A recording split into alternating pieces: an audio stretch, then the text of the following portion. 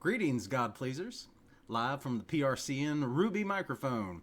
I bought this thing. I've got it hooked up. Y'all let me know how it works. I hope it works better than the microphone on the laptop. I've tried it a few times here in the office and played it back, and it sounds real good to me. Y'all let me know how it sounds, and there might be a little more tweaking to it. I got to do to it to make it work online, but we'll see how it goes this week. This week's chapter is long, so I will leave the comments to a minimum. You will be glad to know that I got this cool new microphone from my office, so hopefully it will take care of the volume issues that some of you have told me about. One of my favorite songs of all times is God Pleaser by Petra. I will try to remember to include a link to the song in the video description. I think it can be found for free on YouTube. Some of the lyrics go as follows. So many voices telling me which way to go. So many choices come from those who think they know. There's a way that seems right to a man, but it only brings him death. I want to go the way that leads to life, till I draw my dying breath.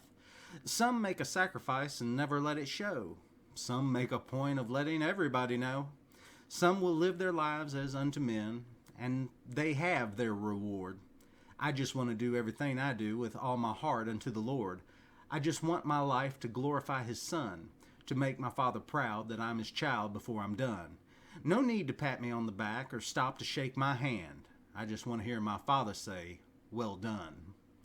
Listen to these words from Jesus Christ. The Pharisees who loved money heard all this and were sneering at Jesus. Jesus said to them, you are the ones who justify yourselves in the eyes of others, but God knows your hearts. What people value highly is detestable in God's sight. Unless you have experienced it, there is no way for you to understand the freedom that Christ sets before you freely for the taking. All you have to do is take it and believe that you have received it. And boom, you're free. Trouble is, you have a host of other voices and spirits in your life telling you that you are not, or telling you other things to do, or telling you other things, period. So to tune in to the still small voice that whispers the path to salvation, one must first tune all the others out, just long enough to hear the wellspring of life whispering to you. This week's chapter in the Pilgrim's Progress has a lot going on in it today. Too many things to go over in one setting. There is old man Moses who will try to hold you up to the law and see if you measure up. And if you don't, well, too bad for you. There is even older man Adam who is lost in deception and can only lead others to calamity and death. There are the blind that lead the blind. There are the temptations of sins, of the flesh crying out to you along the way. This chapter is so rich, it would literally take a week to break it down properly. So I will leave that with you. Leave me some feedback on the new mic, or talk with me at church and let me know if you could hear me okay. I would love to know if the mic is an improvement or not. For what those silly things cost, it should be day and night, so let me know. Pilgrim's Progress, Chapter 11.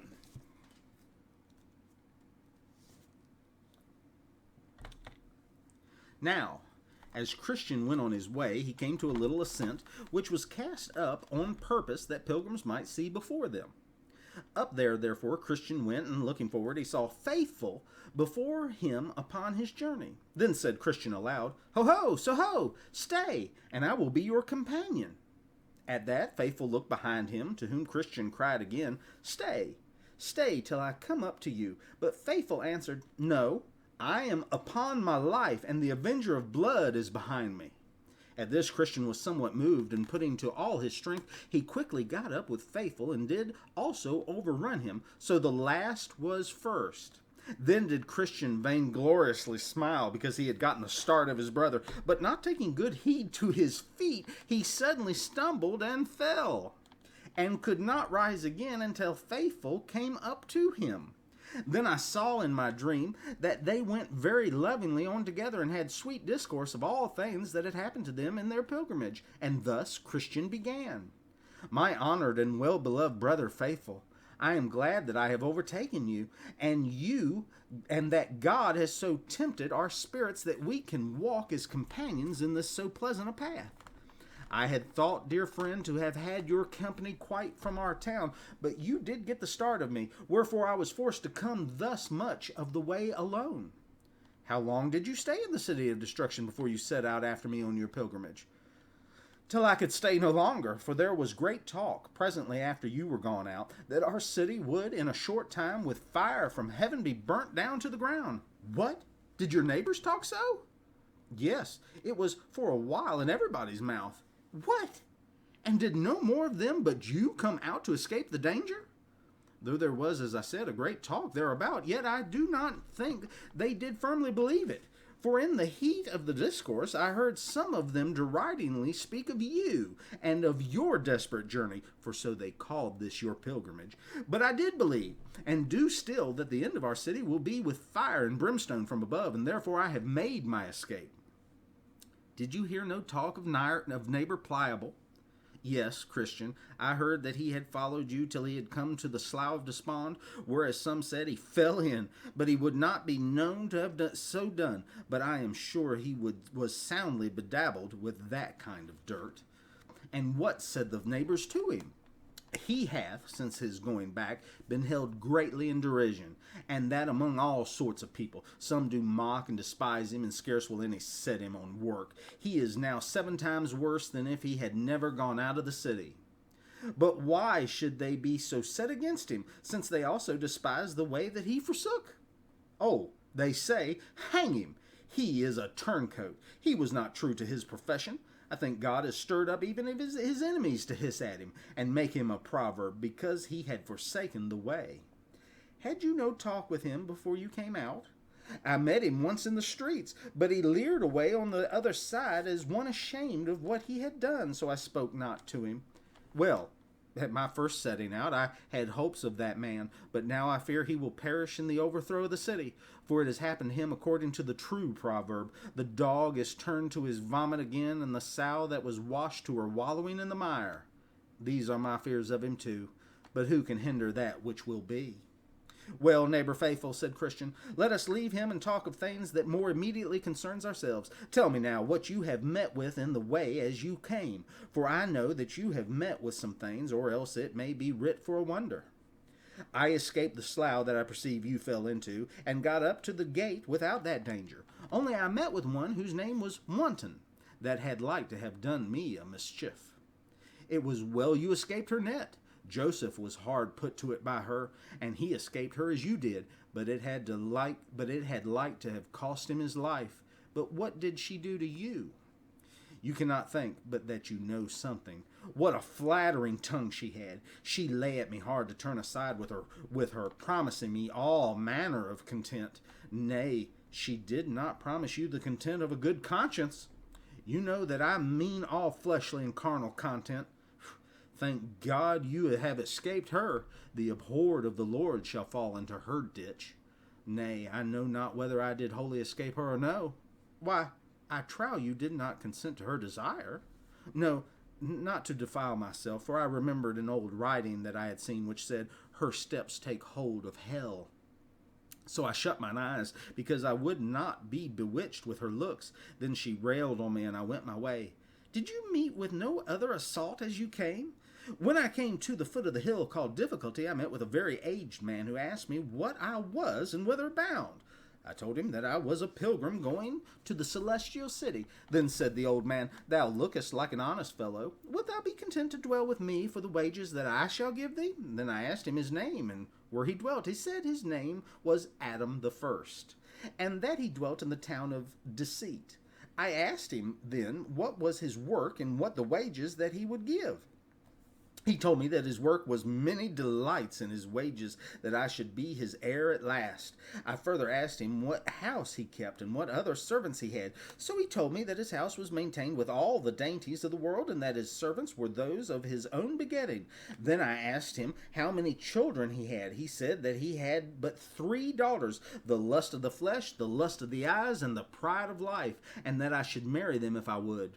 Then I asked him how long time he would have me live with him, and he told me as long as he lived himself. Well, and what conclusion came the old man and you to at last? Why, At first I found myself somewhat inclinable to go with the man, for I thought he spoke very fair. But looking in his forehead as I talked with him, I saw there written, "Put off the old man with his deeds."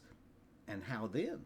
Then it came burning hot into my mind. Whatever he said and however he flattered, when he got me home to his house, he would sell me for a slave. So I bid him forbear to talk, for I would not come near the door of his house. Then he reviled me and told me that he would send such a one after me that should make my way bitter to my soul. So I turned to go away from him, but just as I turned myself to go thence, I felt him take hold of my flesh and give me such a deadly twitch back that I thought he had pulled part of me after himself. This made me cry, "O wretched man!" So I went on my way up the hill. Now when I had got about halfway up, I looked behind and saw one coming after me, swift as the wind. So he Excuse me. So he overtook me just about the place where the settle stands. "Just there," said Christian, "did I sit down to rest me, but being overcome with sleep, I there lost this roll out of my bosom. But, good brother, hear me out. So soon as the man overtook me, he was but a word and a blow, for down he knocked me and laid me for dead. But when I was a little come to myself again, I asked him wherefore he served me so.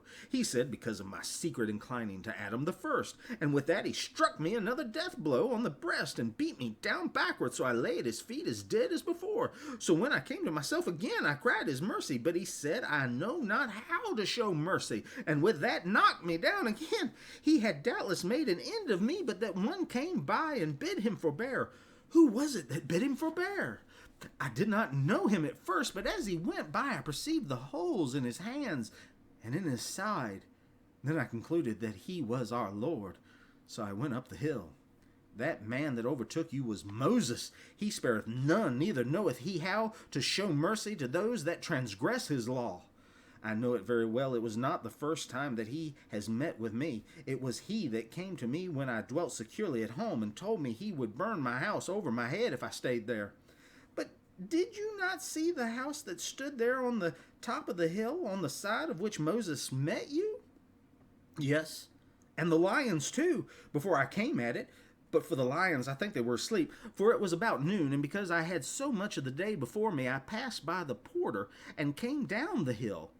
He told me indeed that he saw you go by, but I wish you had called at the house, for they would have showed you so many rarities that you would scarce have forgotten them to the day of your death. But pray tell me, did you meet nobody in the valley of humility? Yes, I met with one discontent, who would willingly have persuaded me to go back again with him.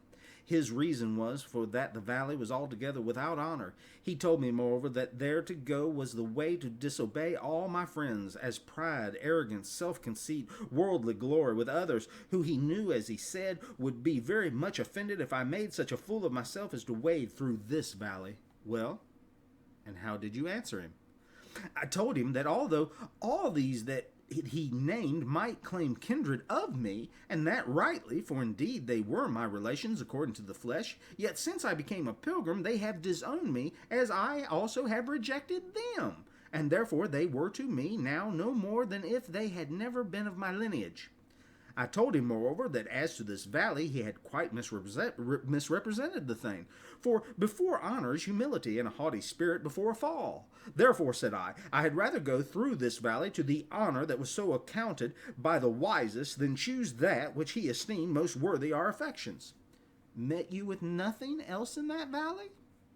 Yes, I met with shame, but of all the men that I met with in my pilgrimage, he, I think, bears the wrong name. The others would be said nay after a little argumentation and somewhat else, but this bold-faced shame would never have done. Why?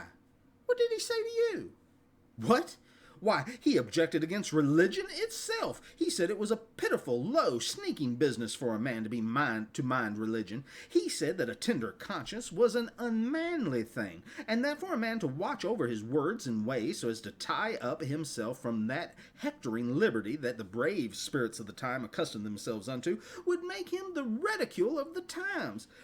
He objected also that but few of the mighty, rich, or wise were ever of my opinion, nor any of them neither before they were persuaded to be fools, and to be of a voluntary fondness to venture the loss of all for nobody knows what.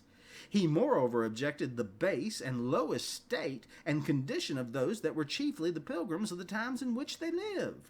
Also their ignorance and want of understanding in all natural science. Yea, he did hold me to it at that rate also about a great many more things than here I relate. As that it was a shame to sit with whining and mourning under a sermon, and a shame to come sighing and groaning home, that it was a shame to ask my neighbor forgiveness for petty faults, or to make restitution where I have taken from any. He said also that religion made a man grow strange to the great because of a few vices, which he called by finer names, and made his own, and respect the base, because of the same religious fraternity. And is not this, said he, a shame? And what did you say to him? Say? I could not tell what to say at the first. Yea, he put me so to it, that my blood came up in my face. Even the shame fetched it up, and almost beat me quite off. But at last I began to consider that which is highly esteemed among men is had an abomination with God. And I thought again, the shame tells me what men are, but it tells me nothing what God or the Word of God is. And I thought, moreover, that at the day of doom we should not be doomed to death or life according to the hectoring spirits of the world, but according to the wisdom and the law of the highest. Therefore, thought I, what God says is best, indeed is best, though all the men in the world are against it. Seeing then that God prefers his religion, seeing God prefers a tender conscience, seeing that they make themselves fools for the kingdom of heaven are wisest, and that the poor man that loveth Christ is richer than the greatest man in the world that hates him? Shame, depart. Thou art an enemy to my salvation. Shall I entertain thee against my sovereign Lord? How then shall I look him in the face at his coming? Should I now be ashamed of his ways and servants? How can I expect the blessing? But indeed, the shame was a bold villain. I could scarce shake him out of my company. Yea, he would be haunting of me, and continually whispering me in the ear with some one or other of the infirmities that attend religion. But at last I told him that it was but in vain attempt further in this business, for those things that he disdained, in those did I see most glory. And so at last I got past this importunate one, and when I had shaken him off, then I began to sing. The trials that those men do meet withal, that are obedient to the heavenly call, are manifold and suited to the flesh, and come and come and come again afresh, that now or sometime else we may by them may be taken, overcome, and cast away. Oh, let the pilgrims then be vigilant, and quit themselves like men. I am glad, my brother, that thou didst withstand this villain so bravely. For of all, as thou sayest, I think he has the wrong name. For he is so bold as to follow us in the streets, and to attempt to put us to shame before all men, that is, to make us ashamed of that which is good. But if he was not himself audacious, he would never attempt to do as he does. But let us still resist him, for notwithstanding all his brave bravadoes, he promoteth the fool and none else. The wise shall inherit glory, said Solomon, but shame shall be the promotion of fools. I think we must cry to him for help against shame. That would have us to be valiant for truth upon the earth. You say true, but did you meet with nobody else in that valley? No, not I, for I had sunshine all the rest of the way through that, and also through the valley of the shadow of death. It was well for you. I am sure it fared far otherwise with me. I had for a long season, as soon almost as I entered into that valley, a dreadful combat with that foul fiend Apollyon. Yea, I thought verily he would have killed me, especially when he had got me down and crushed me under him, as if he would have crushed me to pieces. For as he threw me, my sword flew out of my hand. Nay, he told me he was sure of me, but I cried unto God, and he heard me and delivered me out of all my troubles. And then I entered into the valley of the shadow of death, and had no light for almost half the way through it. I thought I should have been killed there over and over, but at last day broke and the sun rose, and I went through that which was behind with far more ease and quiet.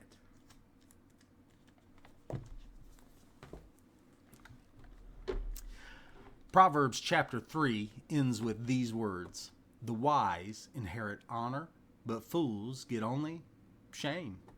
How many times must a fool get shame to wake them up? Well, I guess it is different for each fool, isn't it?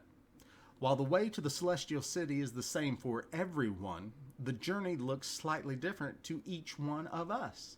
Notice Christian had hell to pay in the valley of the shadow of death, but Faithful seems to make quite quick work of it. Christian also avoids the daughters of Adam, but Faithful had to at least be tempted by them. And yet, Christian and Faithful can agree on the way and on the trials and on the tribulations that must be endured on the path to salvation. It is different, yet similar. I very much associate with Christian and his experiences. I wish I had Faithful's journey. Not really. My journey has been a blessing. In fact, it is almost eerie how closely Bunyan's account approximates my own. But I think that is the beauty of this particular piece of literature. Real literature speaks to the soul in a language slightly higher than our daily tongue. It has more in common with music and poetry than it does with report writing or history. It expects to tell a story, but it also wishes to reveal deep secrets to the heart that runs deep and mysteries to the ears that will hear. The trick is that the Word of God does not tickle. It fulfills, it strengthens, and it gives wisdom to the wise, but it does not tickle the ears of the fool with lies or temptations. Today, the moment